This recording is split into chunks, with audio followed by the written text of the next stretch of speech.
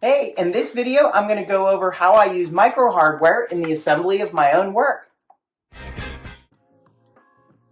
So I've brought together a couple pieces that show different ways that I use micro hardware in my own work that might give you some ideas for how to creatively apply it to your own designs. Probably the simplest is this brooch, which is the lid of this little spun vessel, has a sterling silver pin back that I've made. And what I've done is I've threaded a blind hole that doesn't go all the way through the front of the Thurmanite.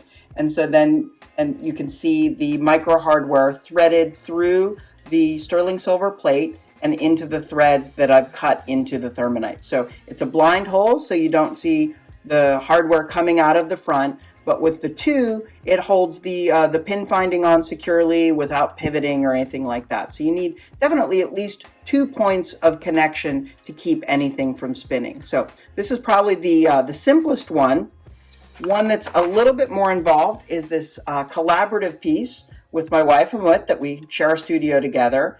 And on this backing sterling silver plate, you can see 4 slotted head micro hardware bolts, and they go through the sterling silver plate and into blind threaded holes in the front of this Thurmanite kind of bezel that is holding in and protecting the enameled piece that Amit made. So this is the last step of the assembly. So the sterling silver is all fabricated, the Thurmanite, the enamel, that's all done. And then the last thing is just bolting it all together, which also enables really easy disassembly if there was ever any damage or maintenance or repairs that needed to be done on the piece. That would be much easier than like drilling out a rivet or anything like that. In another series where I was combining the layered paper Thurmanite with Damascus steel, in this case I have a little ridge that is holding in the Damascus disc, but then to set it into place, I've put 2 threaded connections right here. So those bolts go through here, and maybe you can just see that little gap there, and they go into the edge of the Damascus steel and clamp it in place. Right there, and then right there. And so that just sort of holds this Damascus window in place with the brooch.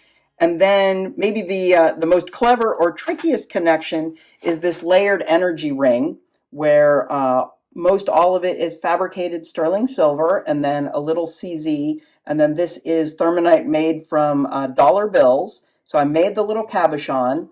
I had this tube setting already done and drilled a hole through the cabochon and set it down in. So that little tube setting keeps the cabochon from spinning around. And then I went in on the back and threaded into that Thurmanite cab and had the little recessed micro connection right there. And I drew a little diagram of it since it's kind of hard to see at that small scale. So this is what's going on, where we have the silver base plate and then those square wire that's around the Thurmanite cabochon. And this tube setting was already in place and finished.